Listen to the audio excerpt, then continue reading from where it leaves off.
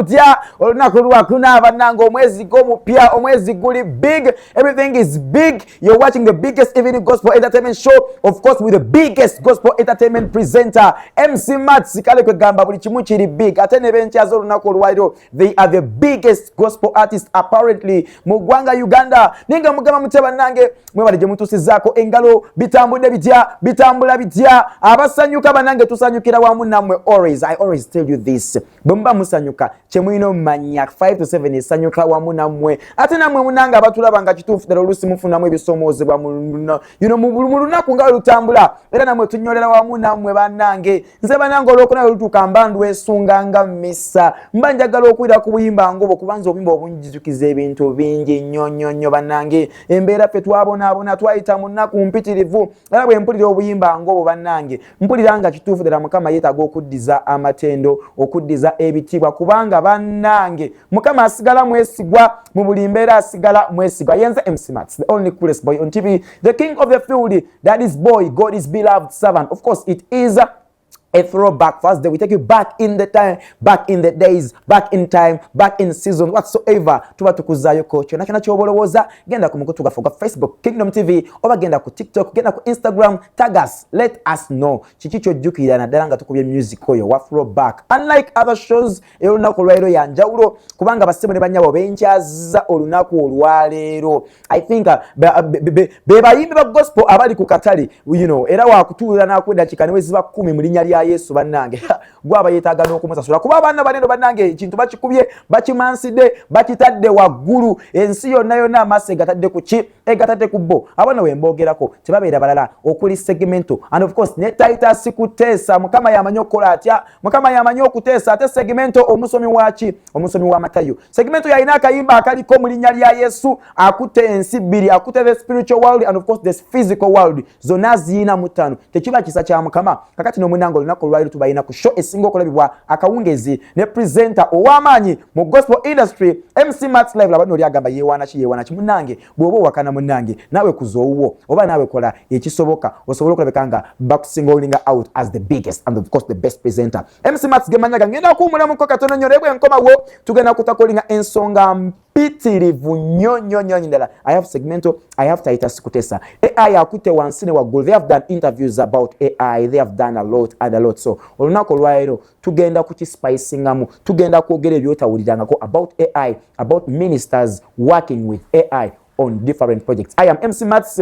Send us feedback ku mikutu gyaffe emigatta abantu genda ku Facebook genda ku Instagram genda ku TikTok. Let us know what you think about AI naddala mubaweereza ng'ojjeko bali abamisiri wabula abaweereza kampumulemu nkomewo.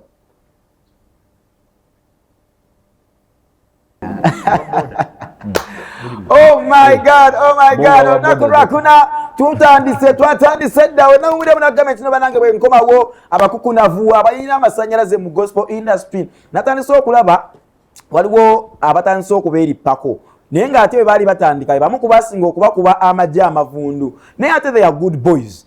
They are welcoming each and everyone. Nenga baba bamanyi bannange mwakuba abaana bano nga batandika okuyimba oba eyo ngenzeeyo ntya. Yenze MC Mats Titus Kutesa ne segmento batusazeeko mu kizimbe kanzijja jjoli kayimba katuyingiza mu show y'olunaku olwaliro. Kayimba kanene nako nno keerisiza nkuli mu top 10 roundowns zimu ku nnyimba 10 ze tuweeyinga wano ku KTV eziba ziridde mu zinaazo akendo omwezi guweze mu linnya lya Yesu.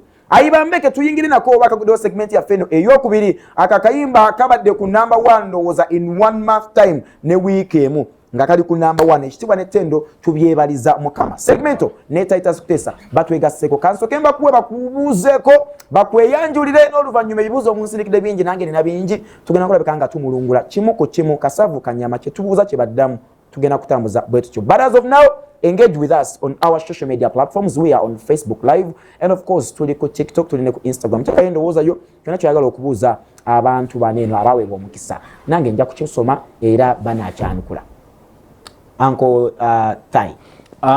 Abaluganda Mukama yebazibwe ni musanyufu nnyo okubeera ku TV y'Obwakabaka Kingdom TV era Bishop tukwebaza nnyo webale kuwa bayimbi ba gospel mwaganya mulinya Mukama omwana nawulirako TV ezimu tebakyayagalako bayimbi twasigalako eno yokka tobola tujagala nnyo.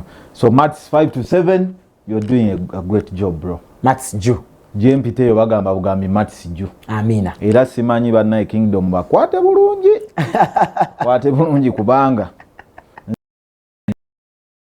tubasanyufu nnyo okubeera bafuuka aposo ennaku zino. Ndi mulabi. Ensi ey'omwoyo yonna yonna ogina mu ttano. Omulabi ndaba kati ebijja mu maaso.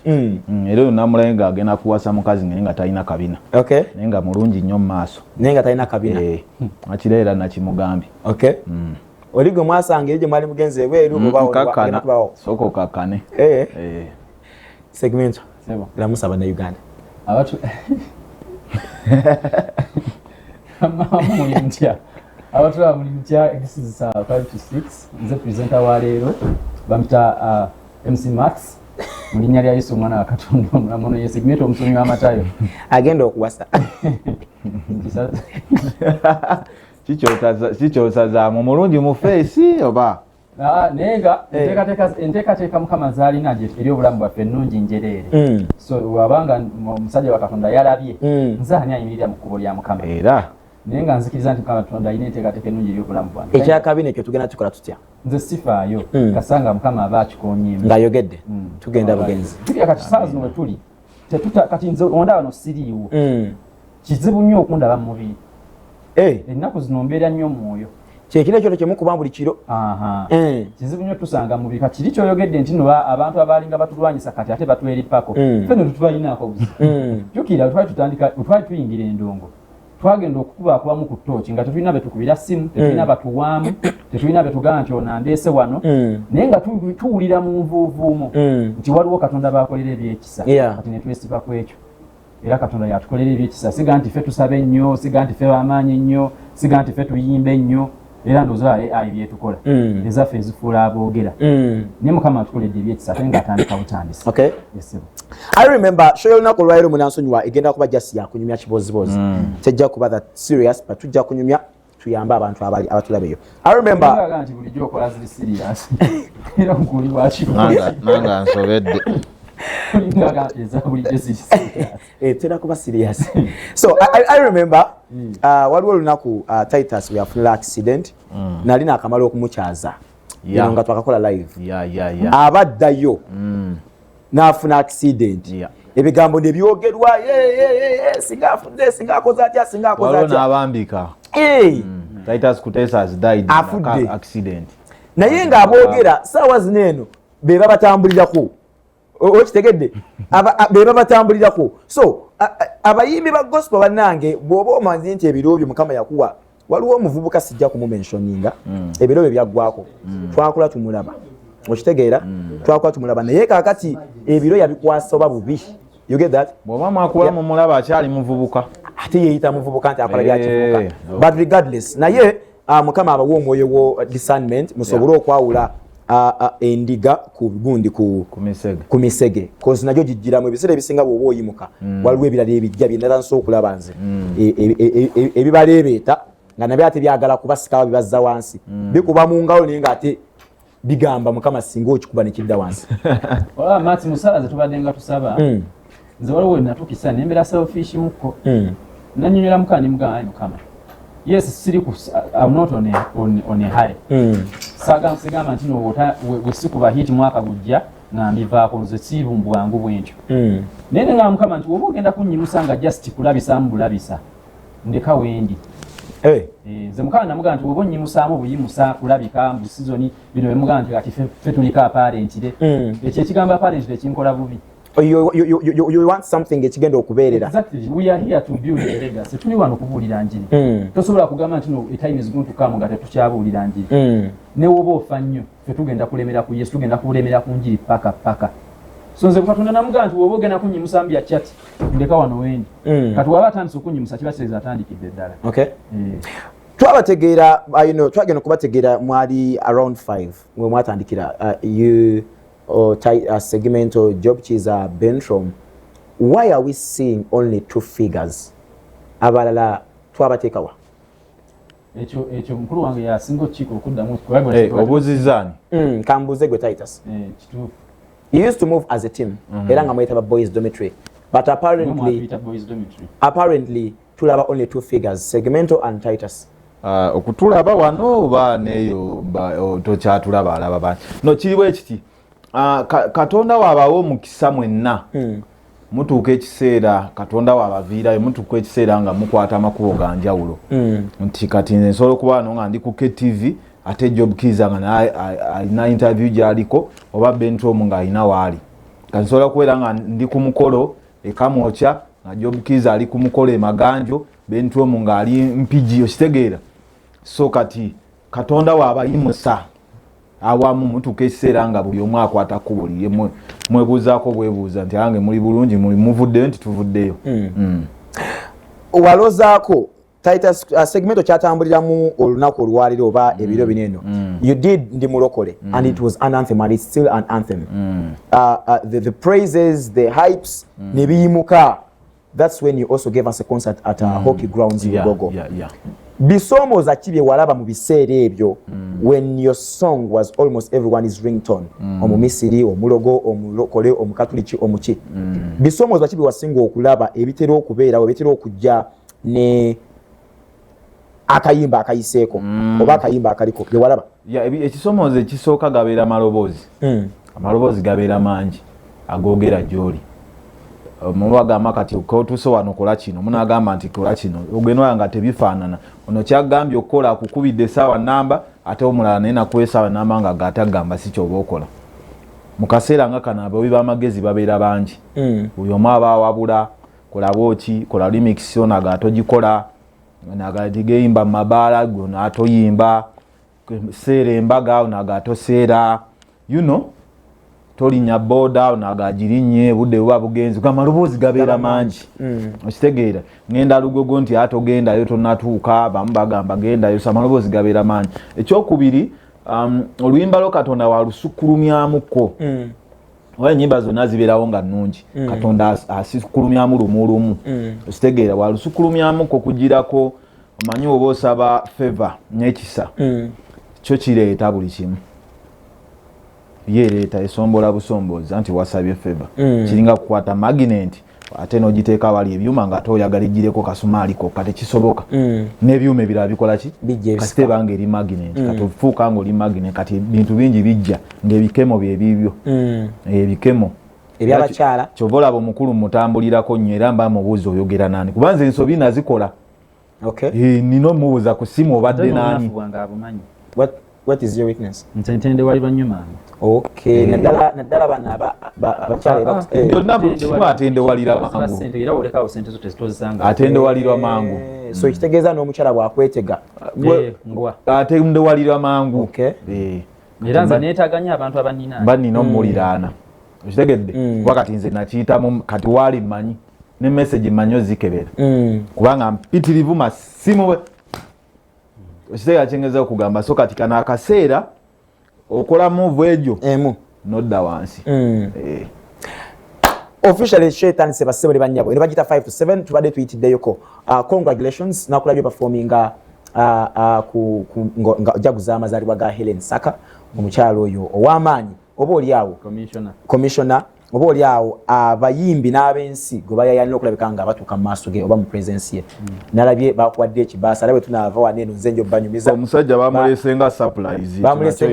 bamulesenga surprise guest ng'alina okuyimbira birthday girl birthday lady commissioner Helen Saka era ebbaasa gye bamuwadde ng'eriko ka disclaimer if not delivered kindly return to State House si mu nyumba ya jjajjaawo gize mu State House congratulations.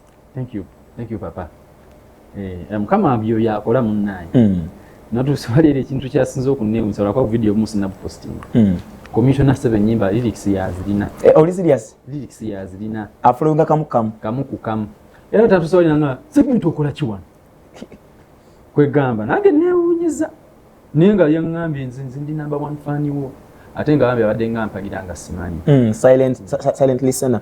Era bangambye kubanga abankubira essimu office yankubira essimu yangamba nti segmento buli we tubeera mu meeting zaffe commissioner bamita commander akwogerako kati tubadde tunoonya muyimbi abadde asobola okujja namu surprisinga ng'ayina kuba ggwe ebintu ebyo bizenga bimbeerako mpola nenga waliwo abantu betwali tubulira enjiri luli eri ekiro tubagamba nti wawo kye bayita crime scene nti osobola okutuuka we baatemulidde omuntu waliwo ekijambiya n'amagatto obanga ne peesa lyo liryakutuseeko obanga yeerabidde ne waleti ye omutemu kati ne babikwata ebyo ne bagamba ne balwaninga ebyenkumu ne bagwa ku max nga ye yabadde omutemu kati nze obaffe nga wotulaba wano tuli crime scene ya Mukama tuliko ebyenkumu bya Mukama nti we bakebera ku connections zetutandise okufuna we banoonyereza we bati balabanga Katonda we banoonyereza ku connections zetutandise okufuna sente ze batandise okutuwa endorsements zetutandise okufuna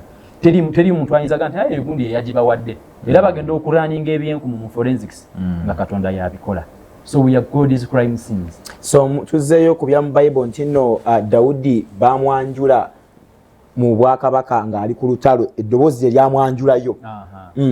So kati naffe Katonda yatwanjula mu bantu nga I've seen you sign and lero was it MTN?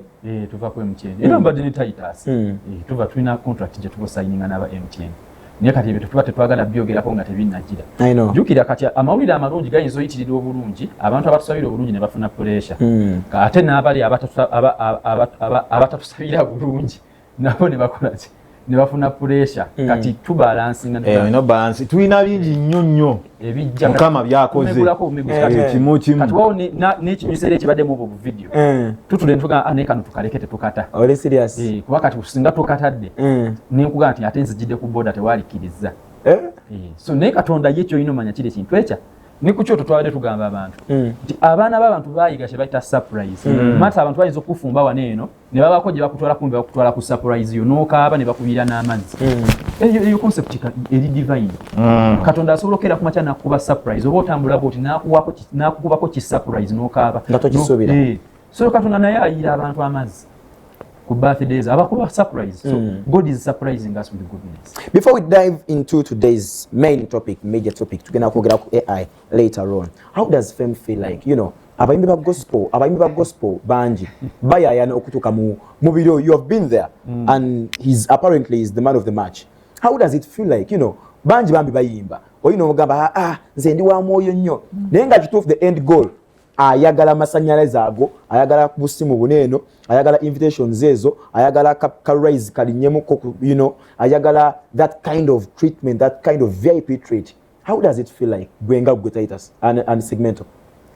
The answer is plain. It really feels good. It feels good. Okubiranga kati olaba waliwo wobiranga yes the people know the songs but they can't attach the face. Naye watandika okwattachinga face ku fame. It feels amazing.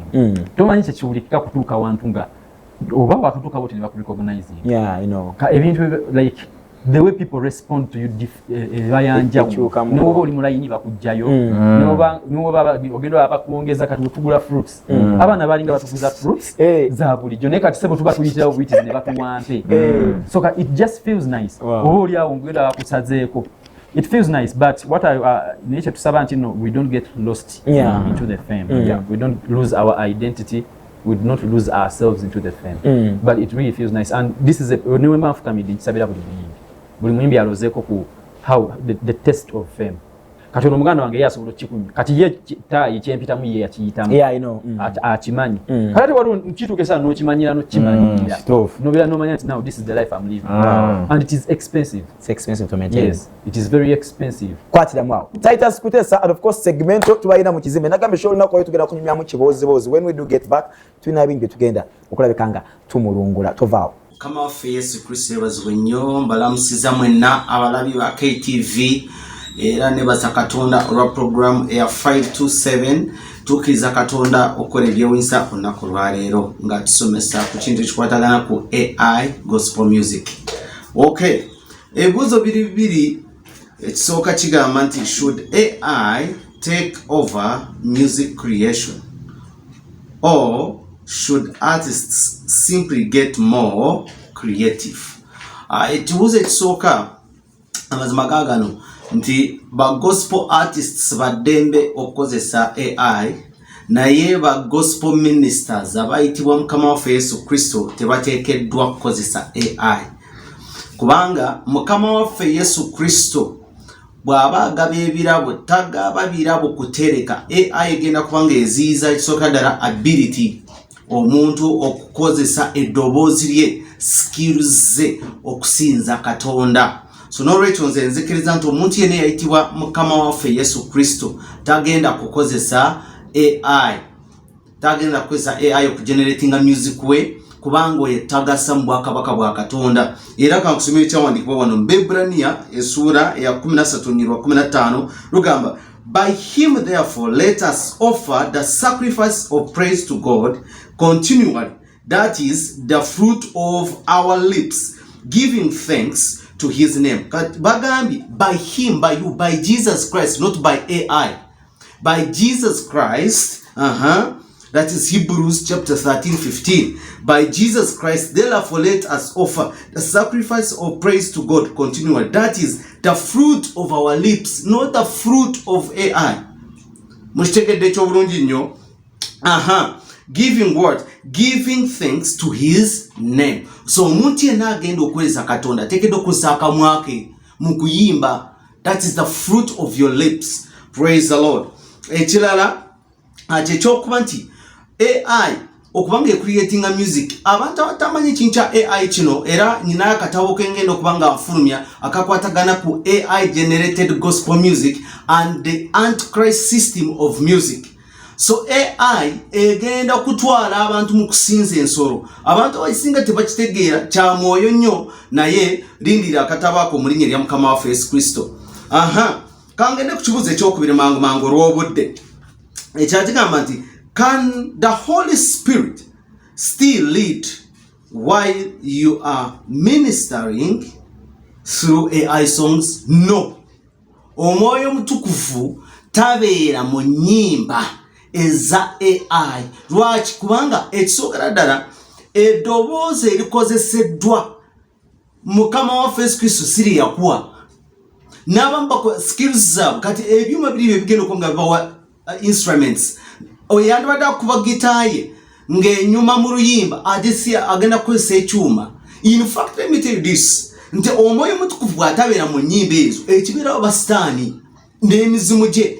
Era kyova olaba essaawa zino bw'okwata oluyimba lw'ogenda n'oteeka mu studio n'okola gwe ng'omuntu n'okola nolino olwa AI, ojja kwesanga nti olwa AI lugenda ku taking over.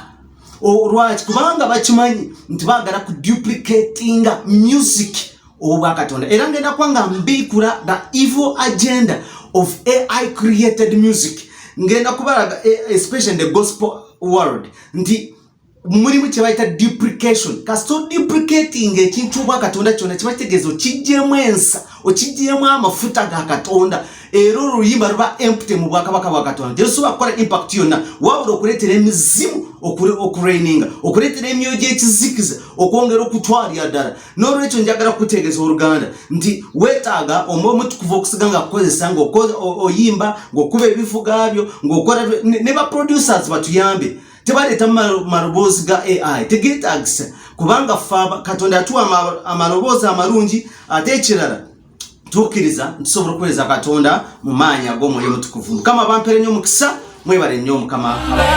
Wabula Mukama olina amaanyi. Nange nfudde w'amaanyi. Wabula Mukama olina amaanyi. Nange nfudde w'amaanyi.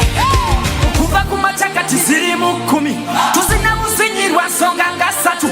Esooka soma Matayo 9:2, eyokubiri nti mungagatubiri, ekyakashatu nakundira kimwe, ayibambe nakundira kimwe. Yanabye ndoneko ku kashi n'ekyeke, kabulanga n'ekyeke. Webakutuma bafeeri ogezanga n'osongako, oja kugwa mu takisi makshalo. Wabula Mukama olina amaanyi, nange nfudde w'amaanyi. N'oluusi neebuuza oba nzaani, nzaani. Wabula Mukama olina amaanyi, nange nfudde w'amaanyi. Wabula Mukama olina amaanyi. Oh my God, AI ekutte wansi ne waggulu, era bangi abali mu kulumwa emitwe mu linnya lya Yesu, bangi abatafuta ebintu mu ngeri. Buli omu ali entitled ku opinion ye, ku buli kyalowooza. Segmento entitled Sukutesa bakyali wano eno. submission ya Musumba Redeemed mujuwulidde. Musumba Redeemed mukama muwa mukisa oba katuwulidde naye ye kennyini Musumba ajidde mu version ate ya AI atya Musumba mulabye mu filter n'eddoboozi balisiza mu CapCut ne bajja mu kerere ne bali amplifyinga mukko ng'akozesa CapCut ng'akozesa AI features n'okwerongoosa mu face kuba nkimanyi si bw'atyo waafaanana kale ate n'avuma AI so you realize that people speak from a point of ignorance kati ogenda okwekanga submissions ezimu saagala kuyisa basajja ba Katonda maaso naye kati nze submission yange wenjiwa tesobola kuyamba Musumba ebuziba gyali mu ntegera oba nkyogera enkya bannayo Bible yagamba nti bwe munaasirika amayinja ganaakola ki ganavayo ne googe Katonda talina waakolera loosi okubanga oluyimba lw'okusinza olukutte ku bannayuganda bonna akagamba nti kumpi naawe nga kayisemu AI akajasi na bossa nga talina loosi abantu mu geyeena kubanga the ultimate goal oba osomye ku bikulirwa 9 ku bikulirwa 7 egamba nti then I saw a multitude of people that no man could count standing before the throne wearing white robes waving palm branches that is salvation but they are saying that these people were uncountable osegeera multitudes of people from all tongues luno oluyimba lukoleddwa abazungu lukoleddwa buli omu kati kyogamba gwe olaba abaana nga bawuba bendera basinza mukama baba bagenda butereevu mu geyeena olaba kikwasa nnyo ennaku okubeera ng'omuntu tasobola kulaba kitiibwa kya mukama ku luno oluyimba kikwasa nnyo ennaku ate ye nadira credit n'agiwa stand kigenda olaba omuntu asobola ogenda mu geyeena nga tagenderedde lwakumala gogera bintu byatategeera kikwasa nnyo era Yesu yabagamba abafalisaayo n'abagamba nti kuba baali bagamba nti baali balaba Yesu bye yakola nga bakimanyi n'okimanya nti ono ye Masiya ne bagamba naye ono aliko emizimu era byakola bya mizimu Yesu yabakolimira abagamba nti kyemukoze tekigenda basonyiwa mu mulembe guno n'oguddako n'obulamu obuddako temugenda sonyibwa so waliwo ebintu ebimu nga oba tonnakola submission waali badde n'osooka ne weebuuza ku Mukama n'akuwa amagezi g'okwogera kitegeera toyinza kuva eri n'ogamba tusanikide ennyimba ez'obuwemu ku TikTok buli ascrollinga ebyobuwemu byonna bivuddewo n'abasacula I have turned out over more than 10 collaborations from secular artists in the span of 3 weeks gwatera nosigala ng'ojogamba nti n'okufuga kwa sitaani si bo bennyini bagamba nti tuli basanyufu gospel music asaanise buli why are they wanting to give you collaborations baagala masannyalaze eri omuntu atayagala kweyagalirako mu kitiibwa kya Mukama. Are they upcoming artists over established artists, big artists, big names nga wenkugamba kati ono gundi nagana collabo naye ogenda kunzebali nga ina segment oli kasajja kasiru nina negundi je bampereza waneno concept abayimbi bensa abamanyi bakutukidde nga bakusaba collabo mu budde buno nga gwali in these 3 weeks I've turned down more than 10 collaborations. Will you give it a second thought just after this wave? Kumpewo nze ngamba I cannot do with a secular artist. Sobola collaborating, sobola kukola luyimba na munyimbi wa secular. Ekyo kyo kyogera kumpewo. Okitegeera. So kati toyinza kuveri no dira kubanga ekisooka ffe we know where this song is coming from. We are Altarians. Tufukamira ku kyoto okimanya ekyo maati. Tufukamira ku kyoto ne tusaba Mukama. Bwe tubanga bwati wazeemu azisizaamu jjinja. Kale toyinza kuŋŋamba nti ate kati simanyi ensolo biki. You see, ignorance is bad in a sense that it makes you credit the wrong elements. That is what is happening. Kyoba nkugambye nti no, people are using AI unknowingly to beat AI. Okay. Oli akozesa AI nga tamanyi okuvuma AI. Okitegeera? Kubanga it is AI that amplifies, it is AI that plays videos. Neyo video gye muvuzanya. It is bots. Bots zezizanya. Yes. Katulaba ku screen Musumba aliko. Bots zezizanya ezo. The way his hands are moving, the way his voice is fine, the way his face is having filters, that is deployment of AI. Kati ate akozesa AI features. Okuba AI. Esimu gye bamukwasizizza video ekozesa AI. CapCut mwe bayisiza okugyamu obuyinjayinja n'omutereezaamu mu face. Ezo zonna AI. Kati yayagadde abikole kyemwawula nti nno mwe mwagiyimbye buyimbi fetwalimisiza era n'ebyo byawandiikibwa byasomye anoonyeza binoonye yakozeseza ka ChatGPT n'agibuuza kantu ki kenyinza okubuulira submission ezo za ChatGPT nga what are the dangers of AI in gospel music era nziwulidde ng'azoogera nga yazijje ku ChatGPT ku AI yennyini yeyamuwadde byegenda okukozesa byalina okukozesa nedda bano abantu balowooza mbu zino ChatGPT si AI. It is artificial Mbu AI yeeyimba buyimbi mbu kantu kali eyo kayimba. kakati nekyamati kyolina omanya kikino mu luyimba lwa AI abantu bagamba it has no soul, it has no what. Tewaliwo woowuliriza oluyimba lwa AI bambe tewaliwo kigambo AI kyeyayimba nga sigikiwadde. You commanded it. Exactly. Tewaliwo kivuga kyayita mu AI nga sikiwandiise mu prompt. Tewali mu backup gyogenda wuliramu nga sinze yagigamba egikole. N'omukyala yennyini because I have an AI persona we bayita Martha. N'agigamba nti use Martha's voice. Okitegeera? So tewaliwo kye yakola nga sikiinaamu mukono. What it did, it polished it to the AI level. So it just polished each and everything chowajin searching. Exactly. So tewaliwo kyegamba wano surprise nze kano bate sikasuubira no way. Kibanga kulaba kanisa ziliko ndabirwamu. Nti kanisa bagisiba endabirwamu. Okitegedde nezo naziba kanisa n'ekiwempe. Time is flying so fast. Let's talk about your concert.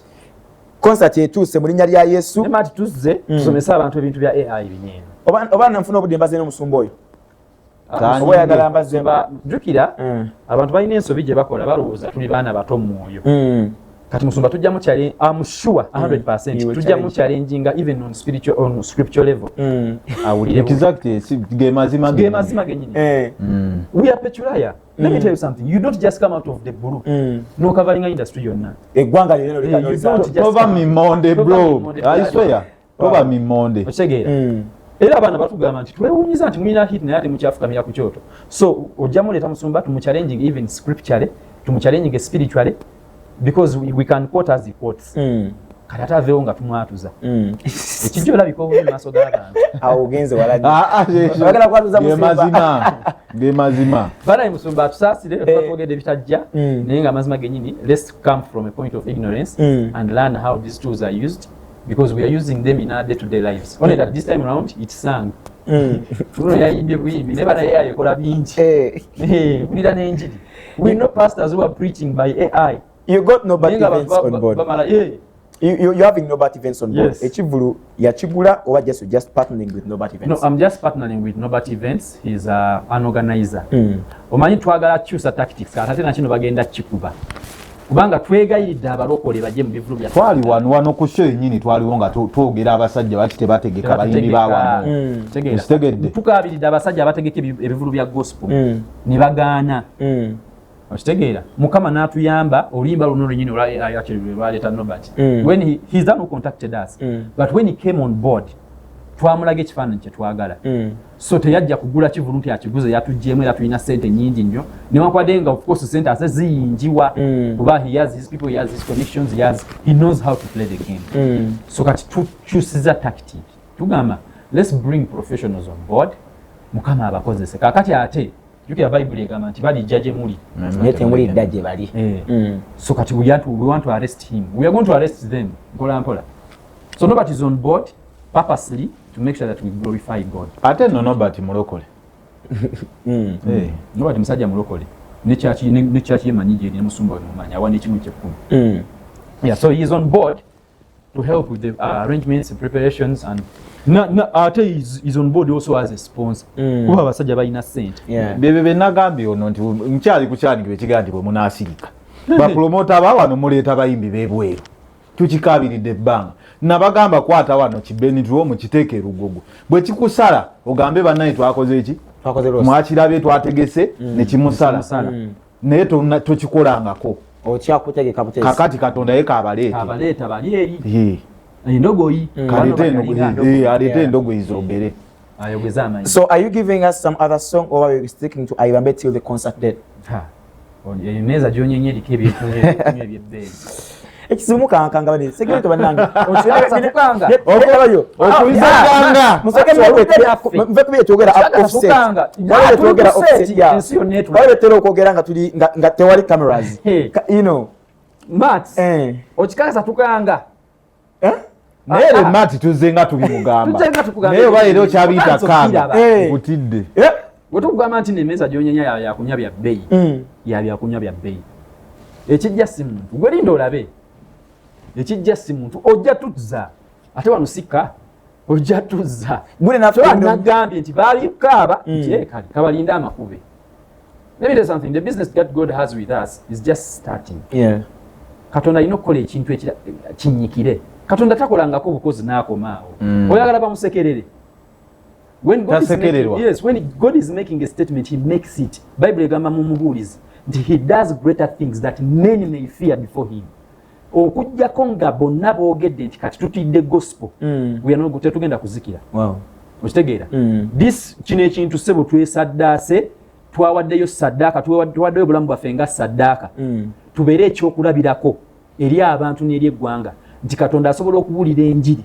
Tusobola okubuulira enjiri ya Katonda ensi yonna n'ebeera ng'emanyi gospel industry, ng'emanyi gospel music. We can overtake everything. We can take over TikTok, we can take over Instagram, we can take over everything. And silence. If God can silence, Katonda kyano kutidde gwe. Ebintu Katonda byayogedde naffe mu bulamu, byayogedde mu bulamu bwaffe.